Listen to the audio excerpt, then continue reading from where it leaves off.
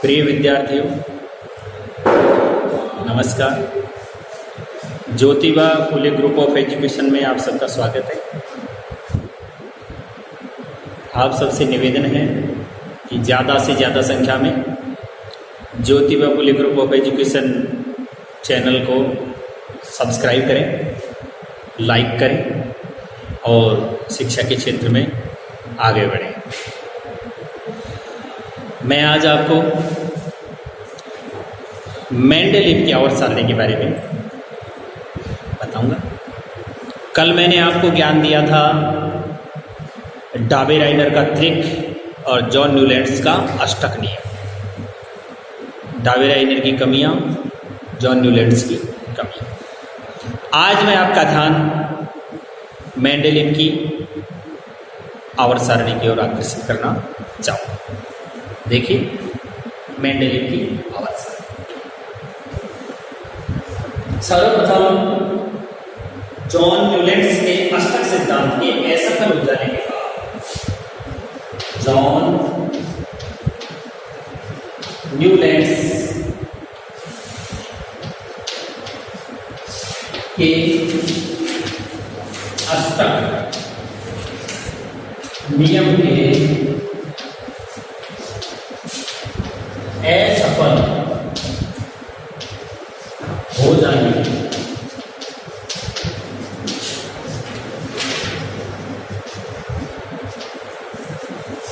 जब John Newlands ने LIDEBCNOF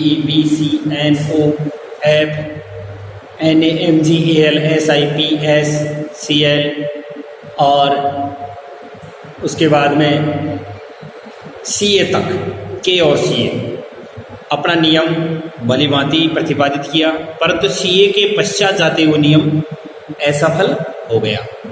जब CA पे जाते हुए नियम असफल हुआ तो फिर परमाणुओं को व्यवस्थित करने का दोबारा से प्रयास शुरू हो गया और उसी क्षेत्र में दमित्री यानोविच मेंडेलीव नाम का वैज्ञानिक आगे आया और उसने तथ्यों के वर्गीकरण करने के लिए आवर्त सारणी का निर्माण करना प्रारंभ किया। तो जॉन न्यूलैंड्स का अष्टक नियम असफल हो गया और जॉन न्यूलैंड्स के अष्टक नियम के असफल हो जाने के बाद में तत्वों के गुणधर्म और परमाणु परमाणु का कई वैज्ञानिक तत्वों के गुणधर्मों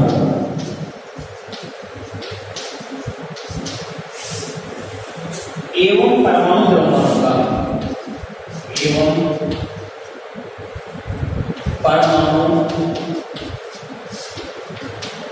द्रव्यमानों का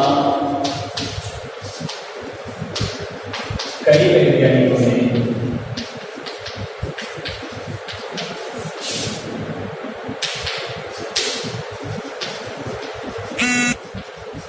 अध्ययन किया और उनको व्यवस्थित करने का प्रयास किया। उन्हीं में एक रूसी रसायनज्ञ है, उन्हीं ही वैज्ञानिकों में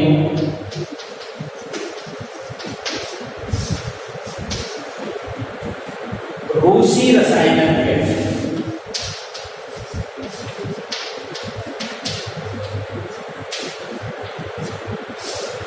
दमित्री यानोविच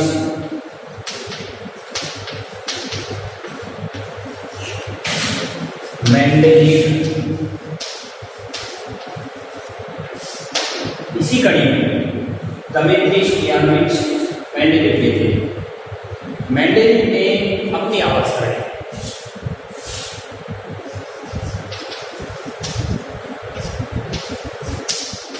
मेंडेलीव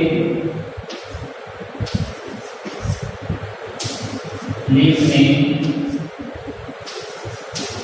अपनी आवाज सारणी में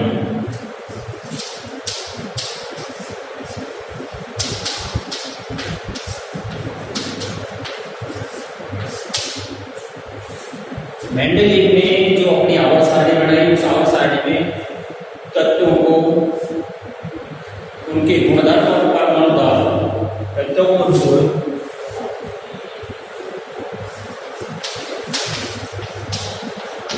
तत्वों को उनके रासायनिक गुणधर्म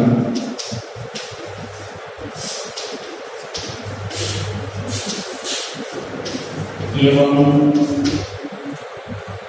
परमाणु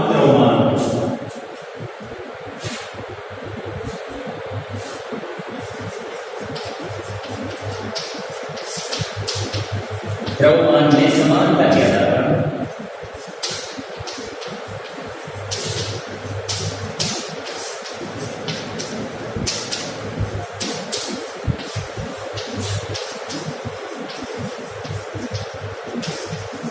व्यवस्थित किया। उस समय तक लगभग कितने तत्व ज्ञात थे? उस समय तक लगभग 63 तत्व ज्ञात थे। मेंडेलिव ने क्या किया? 63 छोटे छोटे कागज के टुकड़े लिए, कार्डबोर्ड लिए, जैसे ताश की पत्ती जितने बड़े बड़े 63 कागज के टुकड़े लिए, और उन 63 कागज के टुकड़ों पर बढ़ते हुए परमाणु भार के अनुसार तत्वों को उन कागज के टुकड़ों पर तत्व का नाम, प्रतीक, परमाणु भार, द्रव्यमान, इलेक्ट्रॉन विन्यास, गुण आदि लिख लिख करके कार्डों को और दीवार पर कील लगाकर टांगते रहे। क्या करते रहे? कार्ड के ऊपर लिखा सा पूरा ब्यौरा तत्व का और उसको ले जाकर के दीवार पे टांग दिया। जैसे लगातार यहाँ ये टांग दिया, इधर ये टांग दिया, इधर टांग दिया, उनके बढ़ते हुए परमाणु भार के अनुसार ये टांगता चला गया, कील लगाई यहाँ और टांगता चला गया। इस तरह से दीवार पर चिपकाई दी। जब सब सारे के सारे 63 टक गए, जब 63 व्यवस्थित हो गए, तो मेंडेलिव ने उनका अवलोकन करके देखा कि सारे तत्व टक गए हैं दीवार पे। फिर उनमें देखा कि इनके गुणधर्मों में समानता भी अपने आप व्यवस्थित हो गई है। भाई इसके गुणधर्म इसके समान हो रहे थे, इसके गुणधर्म इसके समान हो रहे थे, तो गुणों में समानता भी अपने आप व्यवस्थित हो गई। बढ़ता हुआ परमाणु भार भी अपने आप ही आ गया, जैसे इसका 1 है, इसका 2 है, इसका 3 है, 4, 5, इस तरह से अपने आप हो गई। तो देखा कि सारे तत्वों को और सारणी में जगह मिल भी गई है और तत्वों में बढ़ते हुए क्रम में भी व्यवस्था हो गई। फिर मेंडेलिव का ध्यान गया कि एक और गुण सामने आ गया कि कुछ निश्चित अंतराल के बाद, जैसे जॉन न्यूटन ने कहा था ना कि पहले तत्व के गुणधर्म किससे मिलते हैं? 8वें तत्व से मिलते हैं। तो वैसे ही इसने देखा कि निश्चित अंतराल के बाद में है ना, तत्व के जो गुणधर्म है उनकी पुनरावृत्ति और हो रही है कि भाई जैसे पहले से 8वें के गुणधर्म मिल रहे हैं, दूसरे से 9वें के मिल रहे हैं, तीसरे से 10वें के मिल रहे हैं, चौथे से 11वें के मिल रहे हैं और 5वें से 12वें के मिल रहे हैं। इस तरह से यानी एक निश्चित अंतराल के बाद में, निश्चित अंतराल के बाद में तत्व के जो गुणधर्म थे उनके अंदर क्या हो रही थी? पुनरावृत्ति हो रही थी। इस और किसका ध्यान गया? मेंडेलिव का ध्यान गया। इन्होंने उन्हें व्यवस्थित करने का प्रयास किया, आधार पर व्यवस्थित किया। आगे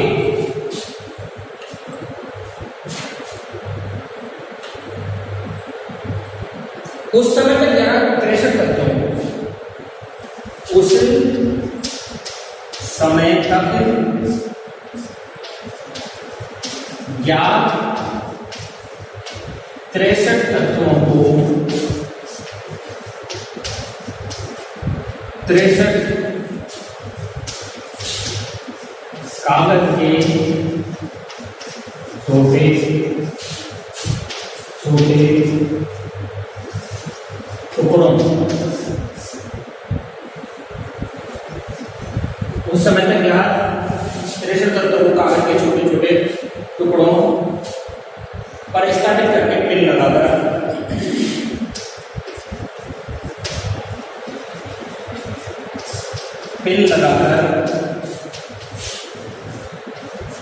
दीवार पर टांग दिया।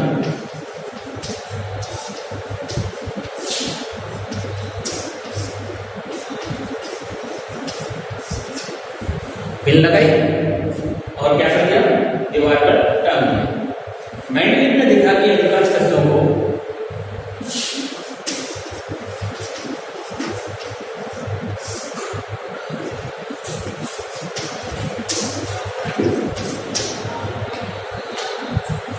कि अधिकांश तत्वों को सारणी में चले गए।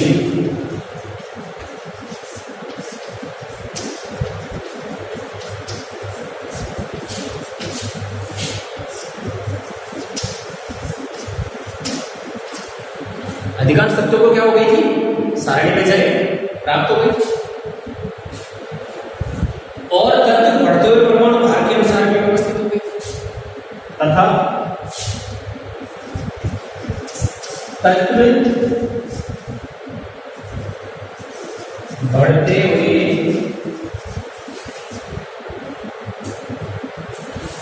परमाणु भार के अनुसार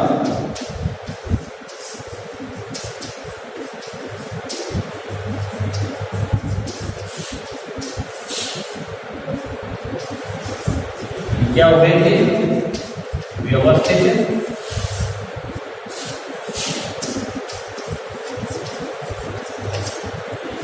जैसे बढ़ते परमाणु भार के अनुसार व्यवस्थित हुए तो मैंने देखा कि समान अंतराल में, अब मैंने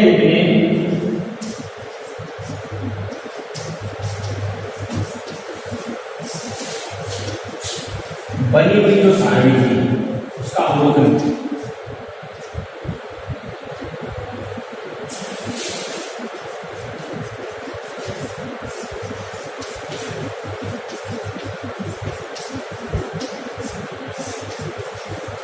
और क्या पाया,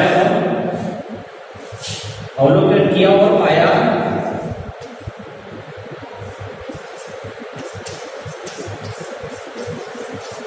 एक निश्चित अंतराल के बाद, कि एक निश्चित अंतराल के बाद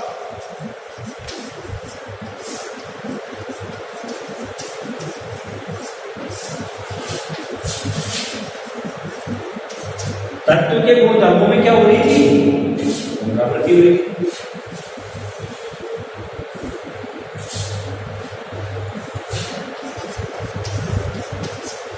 तत्वों के गुणधर्मों में पुनरावृत्ति,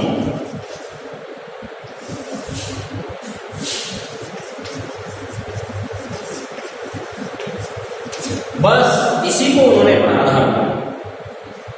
क्या कर लिया, इसी को उन्होंने अपना आधार बनाया और अपना एक आवर्त नियम दे डाला। क्या कर दिया, अपना एक आवर्त नियम दे डाला।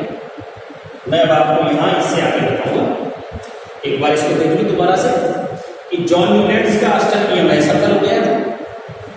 उसके बाद तत्वों के गुणधर्मों, परमाणु द्रव्यमानों का कई वैज्ञानिकों ने अध्ययन भी किया।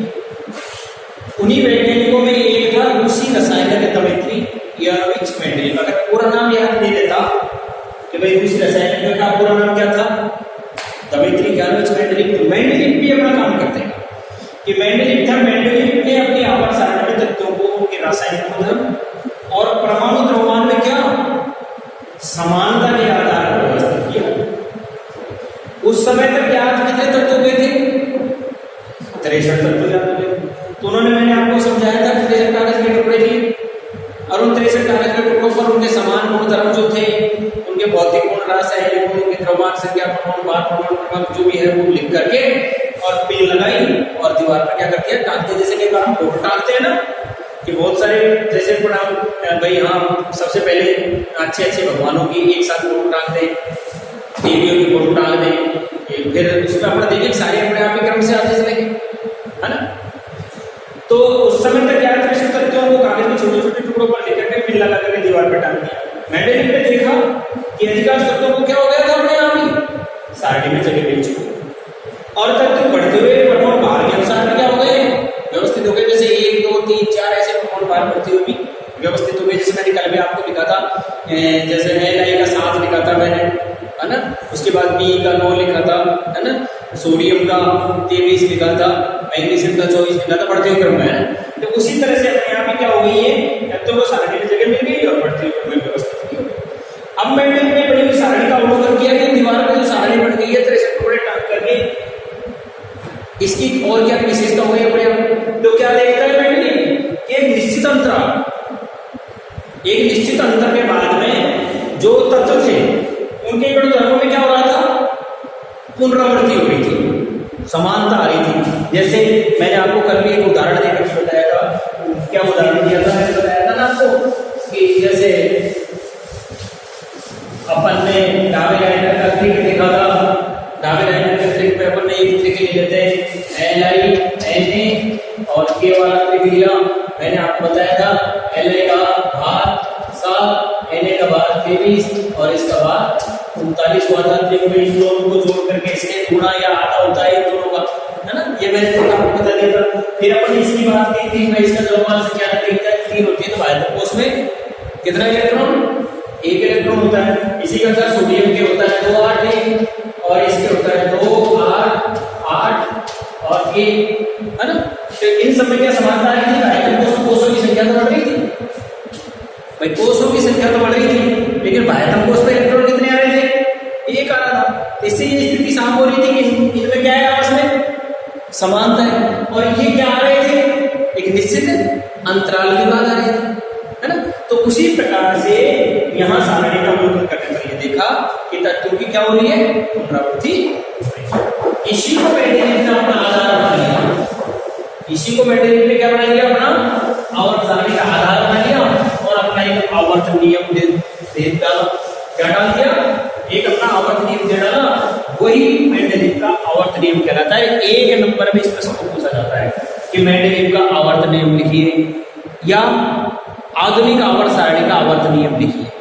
दोनों में मात्र एक शब्द का फर्क है, उसमें परमाणु भार है और उसमें परमाणु क्रम। बस एक शब्द के अंतर के कारण दो एक नंबर के क्वेश्चन हो जाते हैं।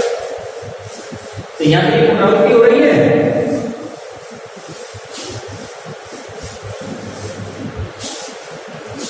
मेंडेलिव में होने वाली इसी पुनरावृत्ति,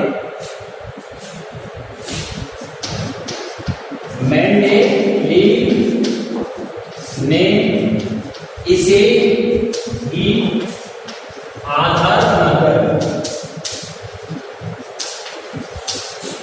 अपना आवर्त नियम दिया।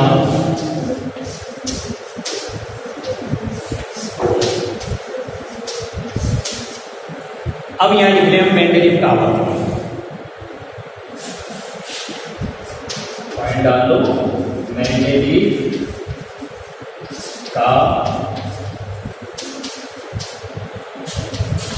आवर्त नियम।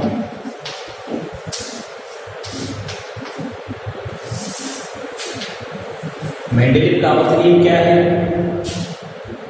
कि तत्वों के गुणधर्म के परमाणु द्रव्यमान का आवर्तफलन होते हैं। तत्वों के गुणधर्म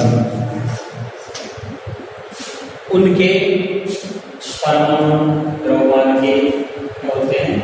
आवर्तफलन होते हैं।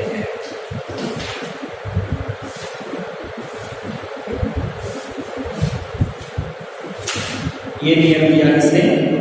मेंडेलिव।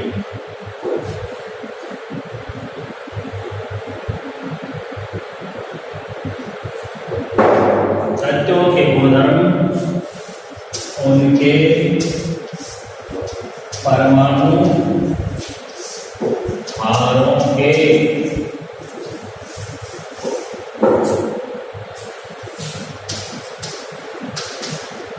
आवर्तफलन होते हैं।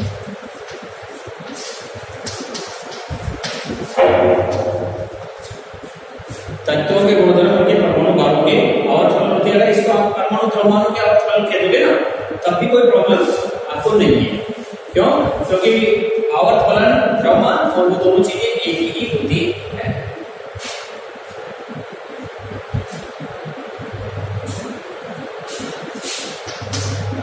इस प्रकार मेंडेलिव ने अपनी आवर्त सारणी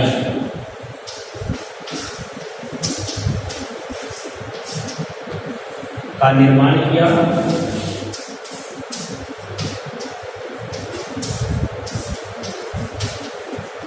जिसमें ऊर्ध्व स्तंभों, ऊर्ध्व का कुछ जानते हो? ऊर्ध्व स्तंभ, एक तो ये तो गए ऊर्ध्व, ये स्तंभ क्या कहलाएगा?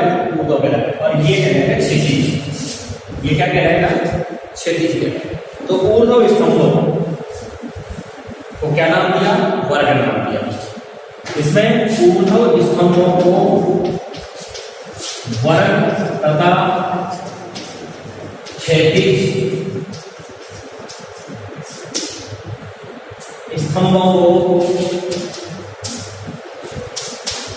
स्तंभों कह दो या पंक्तियां कह दो,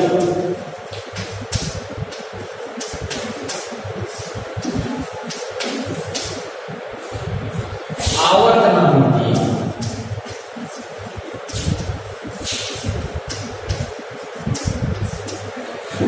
वर्ग में वर्ग की और भी बनाएंगे।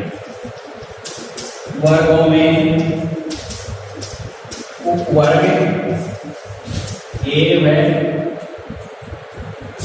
बी का निर्माण भी किया।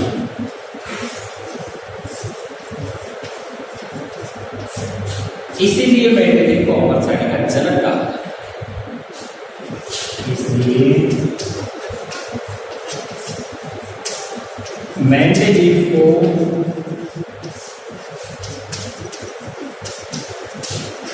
आवर्त सारणी का जनक कहा जाता है।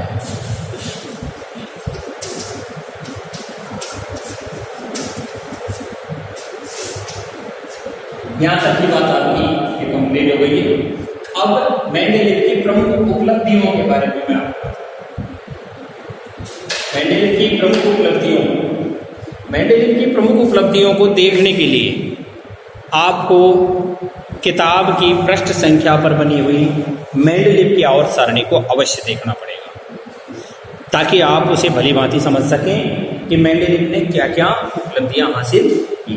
देखिए, जैसे यहाँ तक की बात को आप देख लीजिए, उसके बाद में मैं आपको बताऊंगा मेंडेलिव की प्रमुख उपलब्धियां।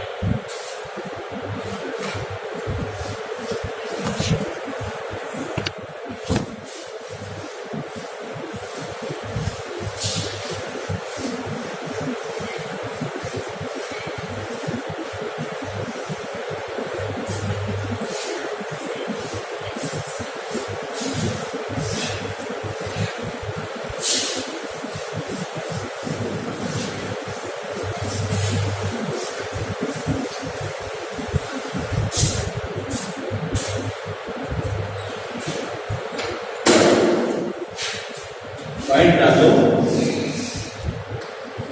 आवर्त सारणी में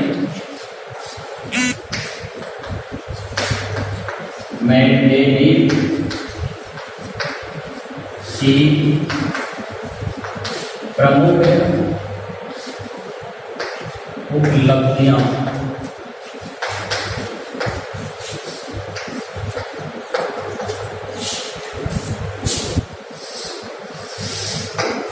देखिए, पहली उपलब्धि क्या है? मेंडेलिव ने अपनी आवर्त सारणी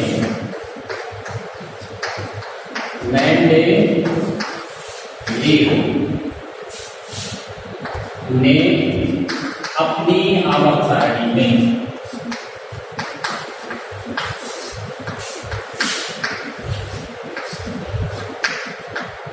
मेंडेलिव ने अपनी आवर्त सारणी में समान गुणधर्म वाले तत्वों को समान गुणधर्म वाले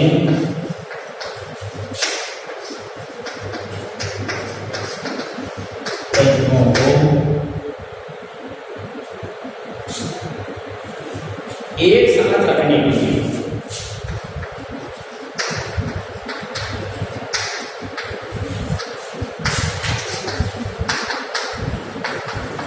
भाई समान गुणधर्म वाले तत्व क्या आ जाए, साथ साथ आ जाए। एक समान गुणधर्म वाले तत्वों को एक साथ रखने के लिए क्या कर दिया, अधिक द्रव्यमान वाले तत्वों को पहले अधिक द्रव्यमान वाले तत्वों को पहले तथा कम द्रव्यमान वाले तत्वों को तथा कम द्रव्यमान वाले तत्वों को बाद में रख दिया। पहली उपलब्धि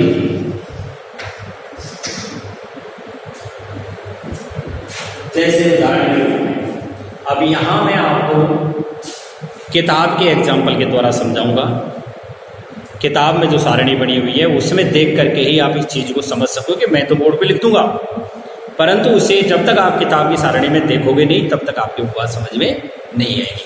इसलिए मैं आपको बुक के द्वारा इस चीज को बताने का प्रयास।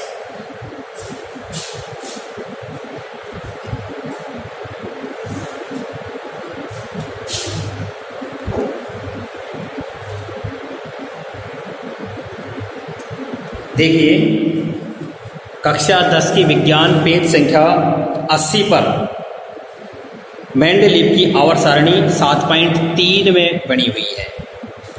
इसमें आपको 8 वर्ग बने हुए दिखाई देंगे और ये 8 वर्ग ए और बी उप वर्गों में बटे हुए दिखाई देंगे।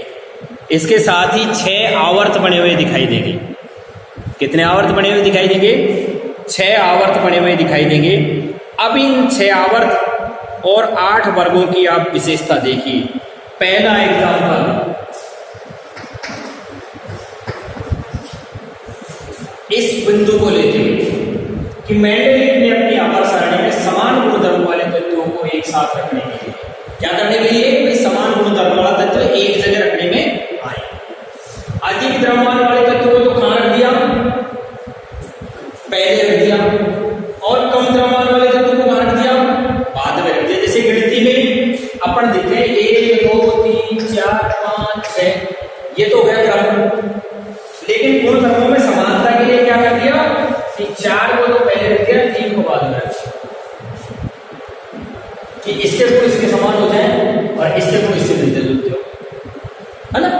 ये करने के लिए उसने क्या कर दिया, तत्वों को आगे पीछे अधिक द्रव्यमान वाले को तो पहले रख दिया, कम द्रव्यमान वाले को बाद में। अब मैं बताता हूं आपको पहले एग्जांपल में कहां रख दिया। जैसे 27 नंबर पे CO है, कोबाल्ट।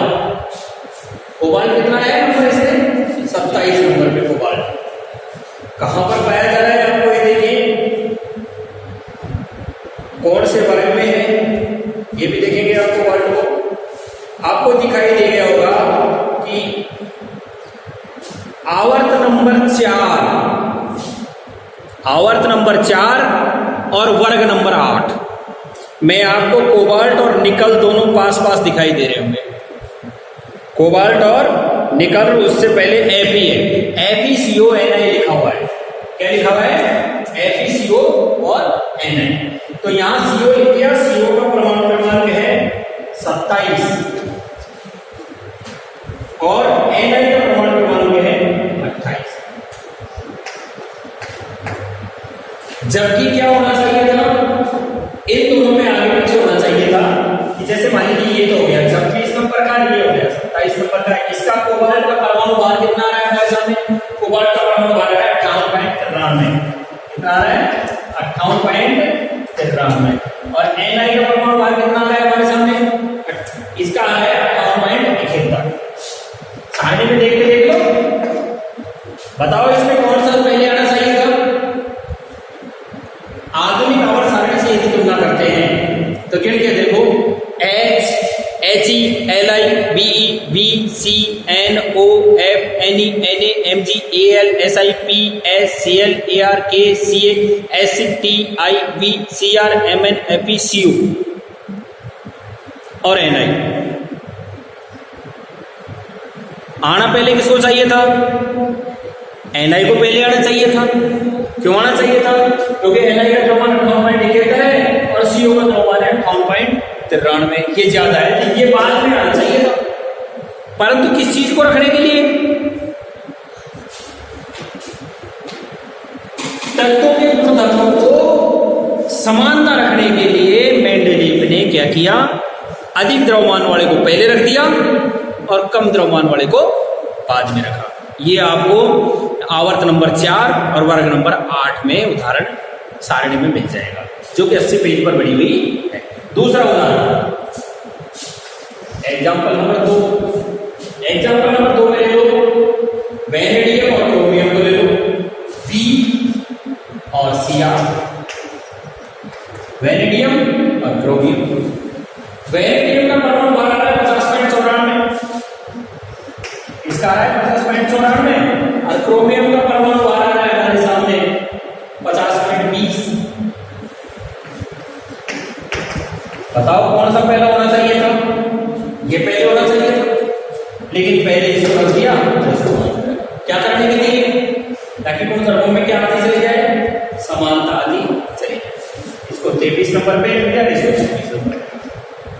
मेंडलीव की आवर्त सारणी का आंसर, आधुनिक के नहीं, आधुनिक आवर्त सारणी का समझना, मेंडलीव की आवर्त सारणी।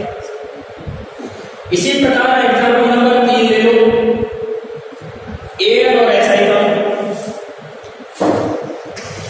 एल्युमिनियम और सिलिकॉन। एल्युमिनियम का परमाणु भार कितना होता है? 23। 13 नंबर पे देखेंगे इसको, Al आवर्त सारणी में आपको Al दिखाई दे गया 29.98 है और Si का 28.09 है। ये आपको मिल जाएंगे आवर्त नंबर 3 और वर्ग नंबर 3 और 4 में। तो Al का 29.98, ये तो हो गया 29.98, और SI हो गया, जिसका हो गया हमारे सामने 28.09। पहले SI आना चाहिए था, परंतु पहले क्या कर दिया उसने? समान गुणधर्म के कारण Al को पहले रख दिया। उसी प्रकार से टेलीवियम Te और I, चौथा एग्जाम्पल ले लो, आयोडीन का और टेलीवियम का ले लो। इसमें भी आपको आयोडीन और टेलीवियम में एग्जाम्पल में मिल रहा है आपको 52-53 नंबर पर। इसका नंबर आ रहा है 52 और इसका नंबर आ रहा है 53, जबकि पहले आयोडीन होना चाहिए था, क्योंकि आयोडीन का द्रव्यमान कैसा है? कम है। एल्युमिनियम नंबर 13, Si नंबर 14, जबकि ये पहले होना चाहिए था, ये बाद में होना चाहिए। तो यहाँ नंबर आ रहा है 127.60 आ रहा है, जैसे इसका पता है 127.60, और आयोडीन का कितना आ रहा है? आयोडीन का हमारे सामने आ रहा है 126.90। तो पहले कौन सा होना चाहिए था?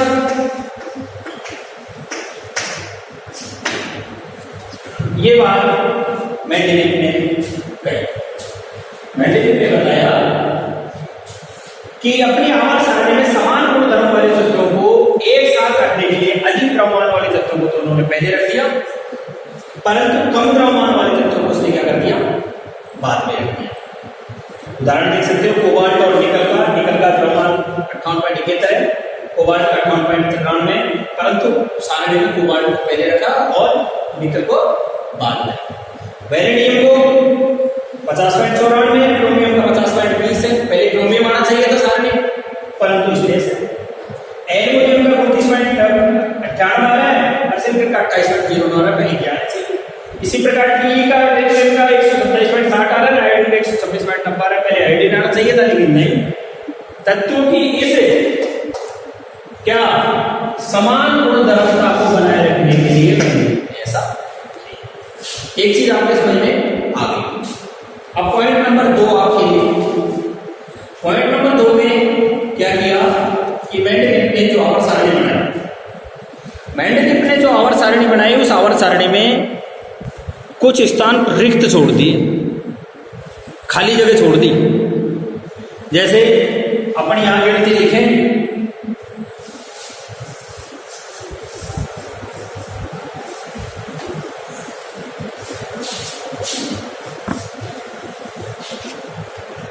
वैज्ञानिक देखिए अपन ने 1 2 3 5 और ये ब्लैक जगह छोड़ दी, 6 7 फिर छोड़ दी 9 10। और आपसे कहा जाए कि यहाँ छूटे हुए स्थान पर अंक लिखिए, तो आप क्या लिखोगे? यहाँ पर 4 लिखोगे और यहाँ क्या लिखोगे? 8 लिखोगे। तो ऐसे ही सारणी बनाई। आप सारणी का 80 पेज वाली का अवलोकन करके देखो, 7.3 जो मेंडलीव की आवर्त सारणी है उसका अवलोकन करके देखोगे तो आपको खाली जगह छूटी हुई मिलेगी, वर्ग और आवर्तों में खाली जगह छूटी हुई मिलेगी। मेंडलीव ने उन छोड़ी गई खाली जगह को दोषपूर्ण नहीं देखा, बल्कि समस्त वैज्ञानिक समाज से दृढ़तापूर्वक कह दिया, मजबूती के साथ कह दिया कि आगे आने वाला समय एक ऐसा आएगा जिसमें मैंने जो एक खाली जगह छोड़ रखी है ना, इन तत्वों की खोज होगी। और उन तत्वों का नाम ए का बोरोन, ए का सिलिकॉन और ए का जर्मेनियम आदि, ऐसा उसने कह दिया। और जब स्कैंडियम और जर्मेनियम आदि तत्वों की जो खोज हुई तो क्या देखा कि उनके गुणधर्म ए का बोरोन, ए का सिलिकॉन, ए का एल्युमिनियम आदि से क्या हो रहे थे? मेल खा रहे थे। इस बात को उसने बहुत पहले ही कह दिया कि आगे आने वाले भविष्य में ऐसे तत्वों की खोज होगी जिनके गुणधर्म मैंने जो खाली जगह छोड़ रखी है इनके गुणधर्म होंगे, यानी दोनों तत्वों के बीच वाले गुणधर्म होंगे और उनका नाम भी इन्हीं के अनुरूप होगा। ये मेंडलीव की एक महान उपलब्धि थी।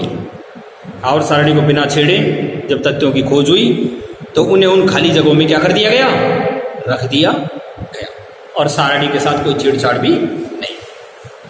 दूसरा पॉइंट,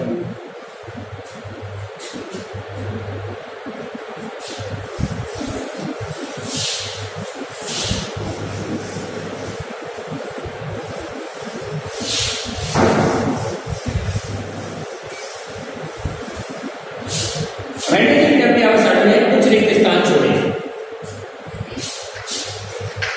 कुछ रिक्त स्थान छोड़े और उन्हें दोषपूर्वक देखने के बजाय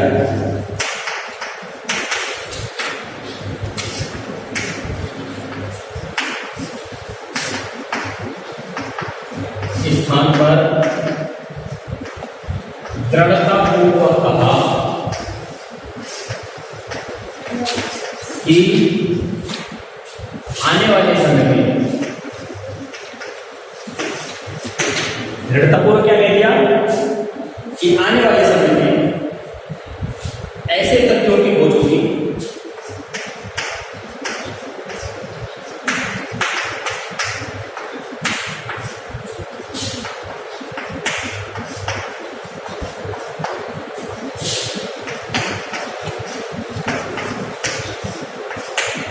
आने वाले समय में क्या होगा?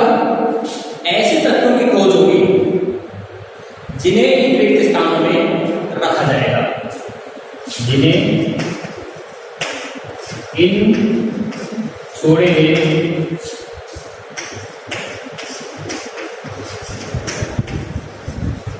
रिक्त स्थानों में रखा जाएगा।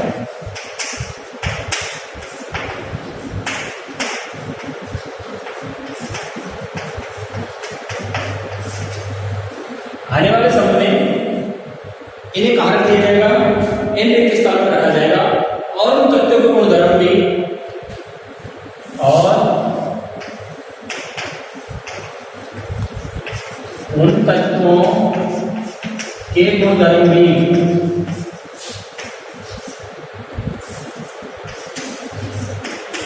उनसे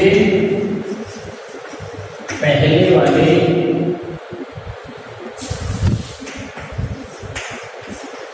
तत्व, उससे पहले वाले तत्व कौन कौन से थे? जैसे ए का बोरोन, ए का सिलिकॉन, ए का एल्युमिनियम।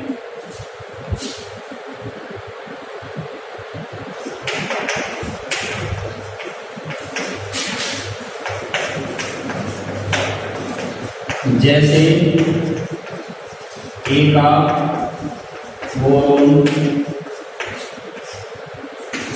ए का एल्यूमिनियम,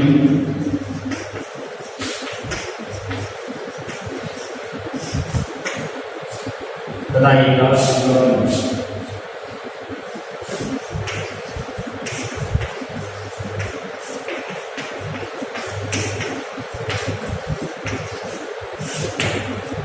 ए का बोरोन, ए का एल्यूमिनियम, ए का सिलिकॉन। जब तत्वों की खोज हुई, जब स्कैंडियम, जर्मेनियम और गैलियम तत्वों की खोज हुई, जब स्कैंडियम,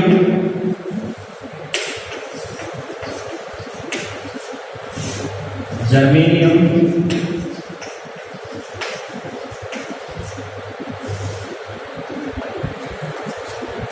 जब स्कैंडियम, जर्मेनियम और गैलियम जैसे तत्वों की खोज हुई,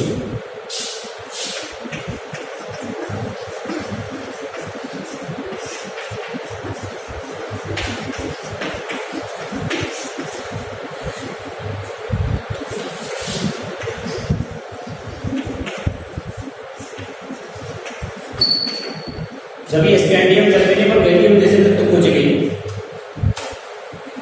तो इन तीनों तत्वों के गुणधर्म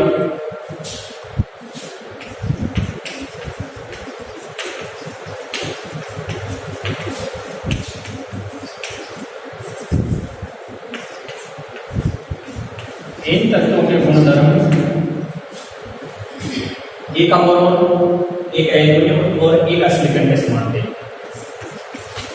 ए का बोरोन, ए का सिलिकॉन तथा ए का सिलिकॉन के समान थे।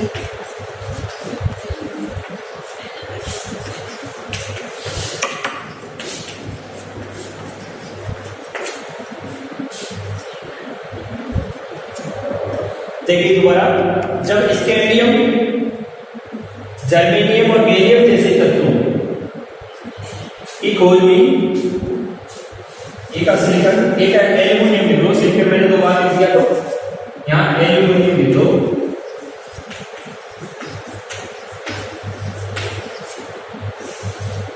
इसके समान थी, इन तीनों तत्वों की खोज हुई, तो इनके गुणधर्म एक का बोरोन, एक का एल्यूमिनियम और एक का सिलिकॉन के समान थे। समझ में आया होगा आपके बात? दोबारा से देख लीजिए। दूसरा पॉइंट हमारा क्या था? दूसरा पॉइंट हमारा था कि मेंडेलिव ने अपनी आवर्त सारणी में कुछ स्थान रिक्त छोड़ दिए, खाली जगह छोड़ दी। और अगर मान लीजिए खाली जगह छोड़ दी तो बहुत से वैज्ञानिक तो उसको कहें अरे इससे आता ही नहीं होगा, यहाँ इससे आया ही नहीं, तभी तो इसने खाली जगह छोड़ दी। लेकिन उसने उस खाली जगह को दोषपूर्वक नहीं देखा, बल्कि मेंडेलिव ने दृढ़तापूर्वक कह दी कि आने वाले दिनों में मैंने जो खाली स्थान छोड़ रखे हैं वहां तत्वों की खोज होगी, और उनके गुणधर्म, इनके जो पास वाले तत्व है ना, जैसे बोरोन है, एल्यूमिनियम है, सिलिकॉन है, तो ये खोजे जाएंगे जो तत्व इनके समान गुणधर्म वाले खोजे जाएंगे। जब किस किस की खोज हुई? जब स्कैंडियम, जर्मेनियम और गैलियम जैसे तत्वों की खोज हुई, तो क्या देखा कि इनके गुणधर्म थे जो बोरोन, एल्यूमिनियम और सिलिकॉन के गुणधर्मों से मिलते जुलते थे। ये उपलब्धि थी मेंडेलिव की, कौन सी? दूसरी। मेंडेलिव की उपलब्धि नंबर 3। तीसरी उपलब्धि में क्या था मेंडेलिव?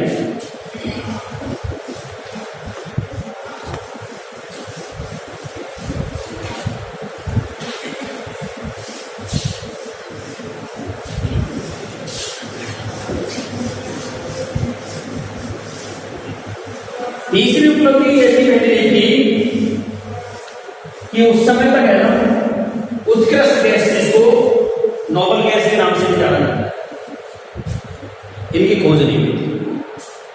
उत्कृष्ट गैस आधुनिक आवर्त सारणी का वर्ग नंबर 18, जिसमें कौन कौन से तत्व आ रहे हैं? हीना, नीना और करीना एक्सरे रंगीन। ये एक ट्रिक है, आप ये नाम मत समझना। हीना, नीना और करीना एक्सरे रंगीन 18 वर्ग। हीना, नीना और करीना एक्सरे रंगीन। हीना, नीना और करीना एक्सरे रंगीन, ये है हमारा वर्ग कौन सा? 98 के तत्व। कौन से वर्ग के तत्व है ये? 98 के। और 17वें वर्ग के तत्व कौन से हैं? फिर कल बाहर आई है रूटी। कौन से 17वें में? फिर कल बाहर आई है।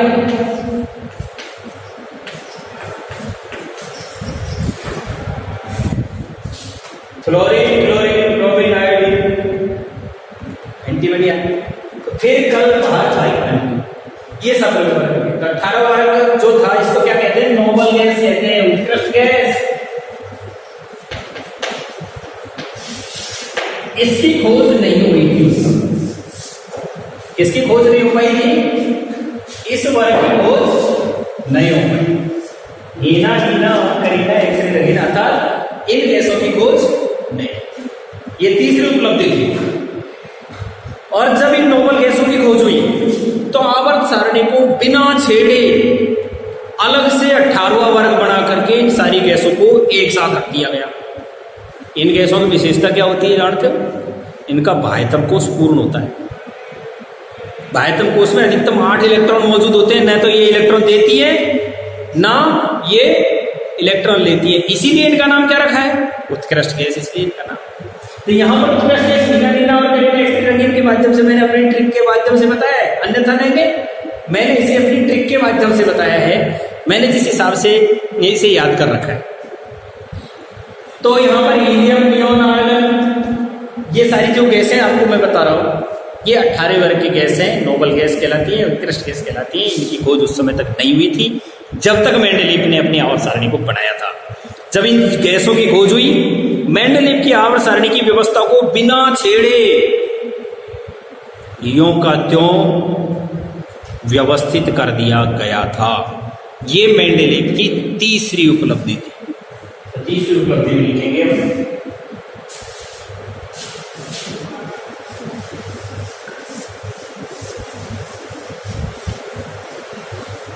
पॉइंटर बचिए करो। मेंडलीव ने जब आवर्त सारणी का निर्माण किया,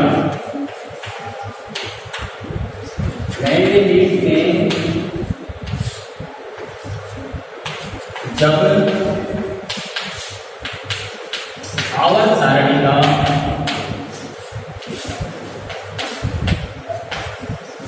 निर्माण किया था, तब तक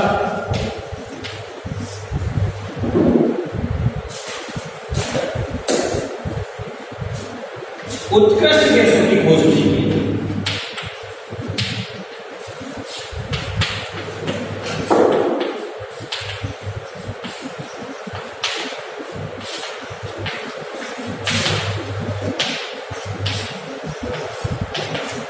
और जब उत्कृष्ट गैसों की खोज हुई, जब ये गैसें खोजी गई, लेकिन जब ये गैसें, नाम आपके सामने भी आया ही था वही नाम, जब ये गैसें जैसे हीना, नीना और करीना,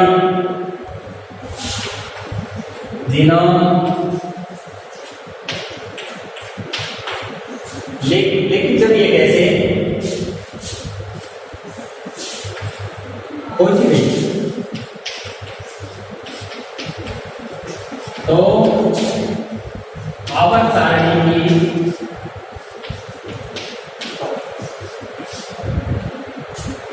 की व्यवस्था को छेड़े बना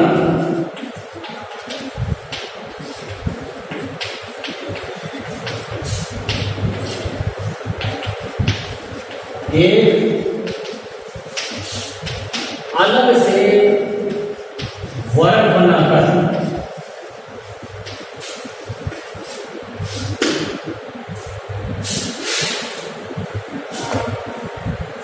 उन्हें रख दिया है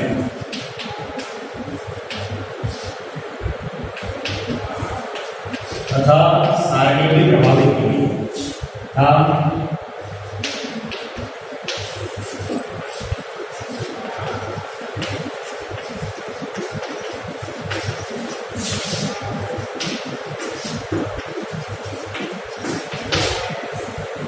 ये इसकी क्या थी उपलब्धि। इतना होने के बाद भी मेंडेलिव की आवाज सारणी में कुछ कमियां रह गई और वो मात्र कमियां 3-4 कमियां हैं जो मैं अभी आपको नोट करा देता हूं। आज के पॉइंट में मात्र कमियां 3 ही बात लेनी थी आज मुझे, मेंडेलिव की आवर्त सारणी, उपलब्धियां और कमियां। तो मैं आपको कमी वाला पॉइंट और नोट करा देता हूं। छोटी सी कमी जो रही थी जिसे हेनरी मोजले ने 1913 में जाकर के सही कर दिया था, थोड़ी सी कमी जिसे हेनरी मोजले ने, देखिए मेंडेलिव की सारणी की प्रमुख कमियां।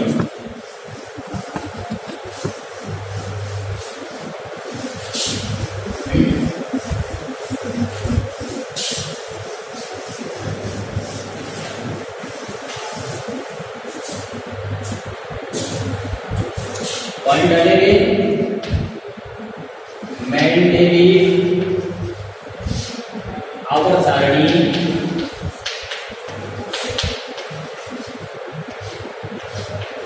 की कमियां।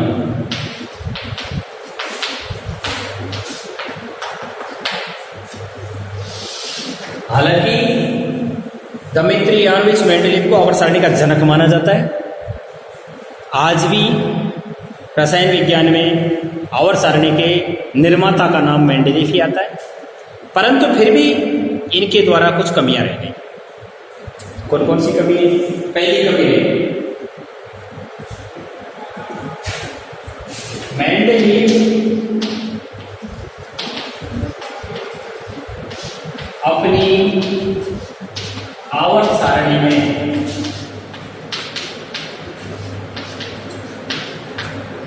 मेंडेलिव अपनी आवर्त सारणी में हाइड्रोजन का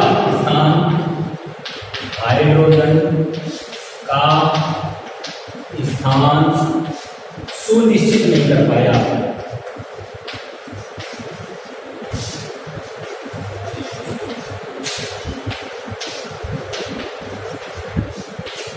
भाई हाइड्रोजन को कहाँ रखा जाए? हाइड्रोजन के बाह्यतम कोश में एक इलेक्ट्रॉन होता है, उसे पहले वर्ग में रखा जाए या 17वें वर्ग में रखा जाए? क्यों? 17वें वर्ग की क्या विशेषता होती है? 17वें वर्ग में बाह्यतम कोश में 7 इलेक्ट्रॉन होते हैं, उसको एक की जरूरत होती है। और हाइड्रोजन को भी कितने की जरूरत रहती है? हमेशा एक की आवश्यकता रहती है। अब वो त्यागे या ग्रहण करे, ये बात सिद्ध नहीं कर पाया। H2 बनने के लिए भाई अपन H2 बनाएंगे, उसके लिए कितने इलेक्ट्रॉन की आवश्यकता होगी? 2 की, तभी तो हाइड्रोजन बनेगा। लेकिन हाइड्रोजन का परमाणु क्रमांक 1 है, इलेक्ट्रॉन की संख्या भी 1 होती। अगर इसे कितना मिल जाए? 1 मिल जाए तो पूर्ण बढ़ जाएगा, बाह्यतम कोश पूरा हो जाएगा इसका। अब ये इसके लिए 1 को ग्रहण करें या 1 को त्यागे। 17वें नंबर वाले वर्ग की हमारी विशेषता क्या है? उन सबके बाह्यतम कोश में कितना होता है? 2 7 होता है, यानी वो 1 लेकर के तब जाकर के क्या होते हैं? पूर्ण होते हैं। तो यहाँ इसको भी 1 की जरूरत है, इस 17वें वर्ग को भी 1 की जरूरत है। तो हाइड्रोजन को कहाँ रखें?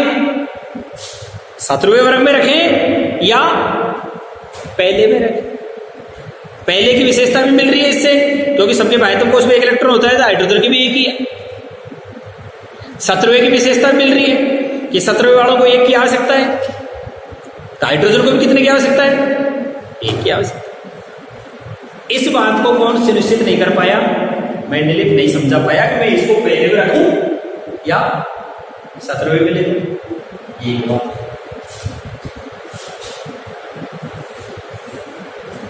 दूसरा है मेंडेलिव आवर्त सारणी पढ़ते समय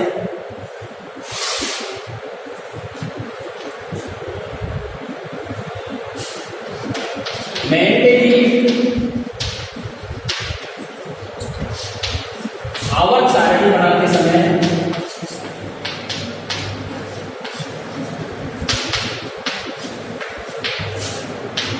समस्थानिकों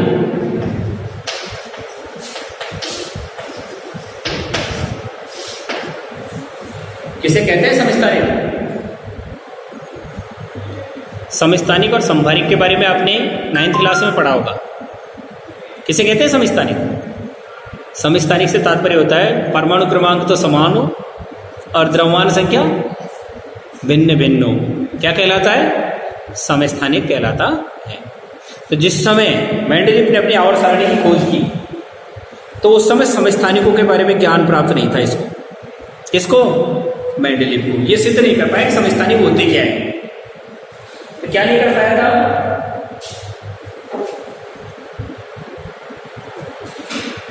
बनाते समय समस्थानिकों की खोज और उन्हें समझाने का ज्ञान प्राप्त नहीं कर पाया।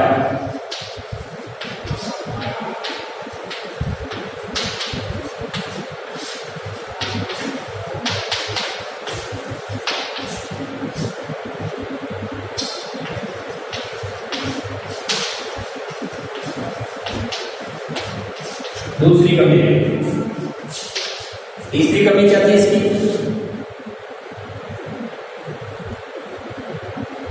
मेंडलीव अपनी आवर्त सारणी में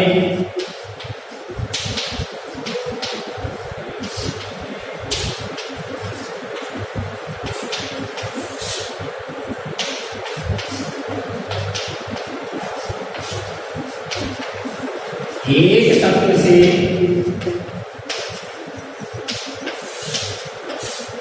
दूसरे तत्व की ओर बढ़ने पर, भाई एक तत्व से दूसरे तत्व की ओर बढ़ते हैं। जैसे अपन ने अभी पढ़ा था LIPEBCN, जैसे मैं बोल दूं एक बार LIPEBCNOFNE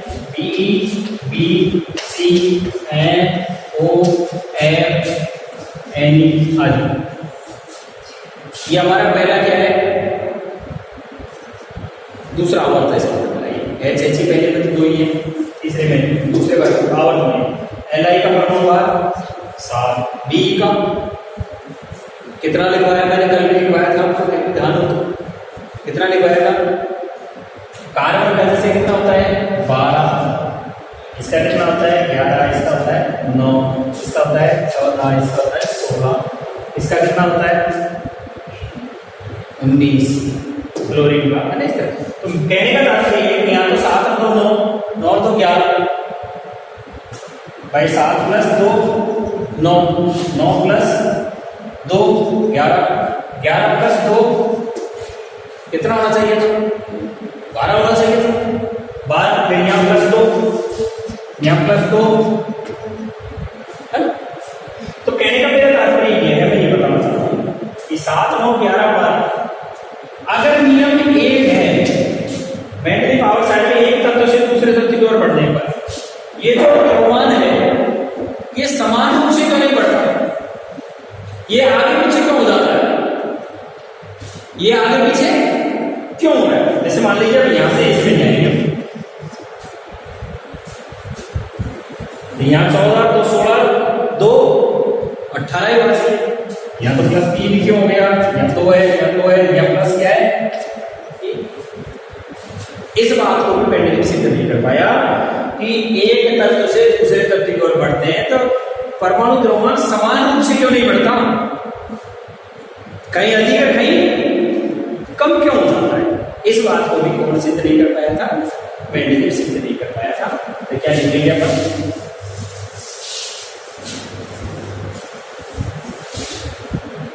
कि एक तत्व से दूसरे तत्व की ओर बढ़ने पर परमाणु का द्रव्यमान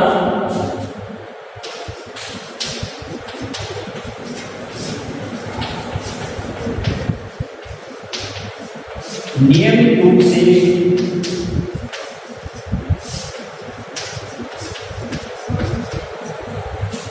क्यों नहीं बढ़ता है?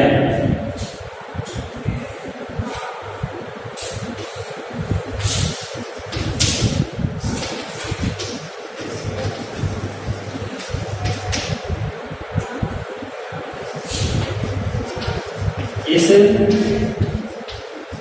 समस्या का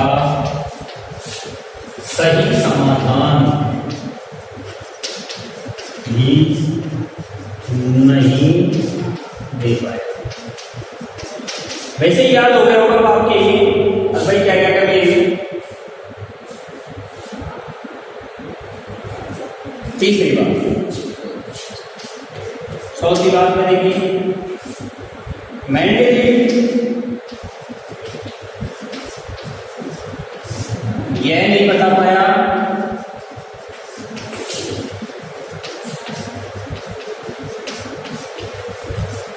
कि दो तत्वों के मध्य और कितने तत्व खोजे जा सकते हैं।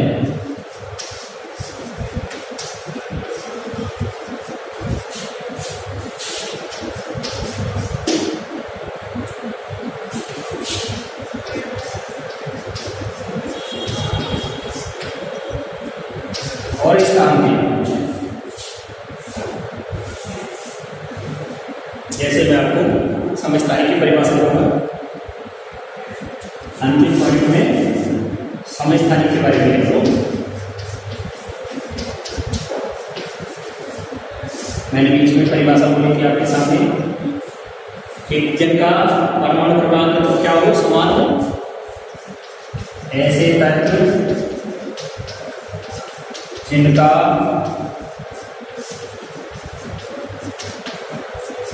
परमाणु क्रमांक कैसा हो,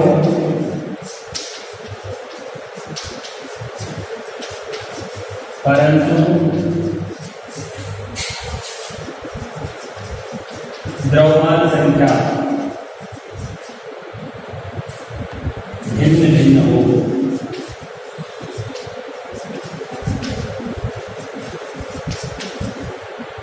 क्या कहलाते हैं?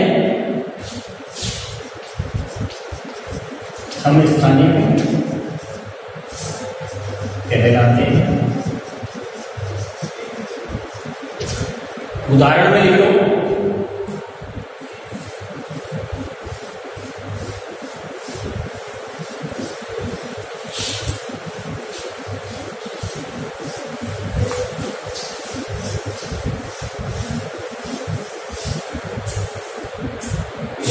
जैसे H11 H12 H13 अलग अलग नाम भी हो जाएंगे। इसका नाम तो प्रोटॉन हो गया, इसका नाम ड्यूटेरियम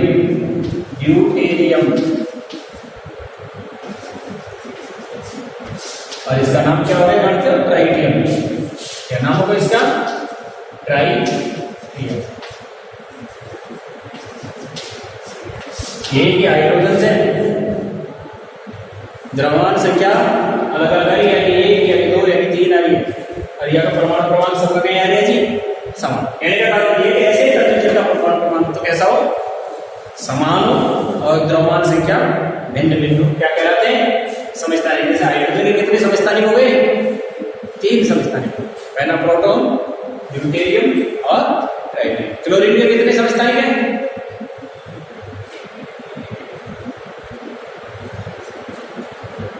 2। Cl1735 व Cl1737 35 और 37 दोनों का योग करके ही क्लोरीन का द्रव्यमान कितना होता है जानते हो? 35.5। इन दोनों को जोड़ देते हैं, 35 और 37 2 का भाग दे दिया जाता है।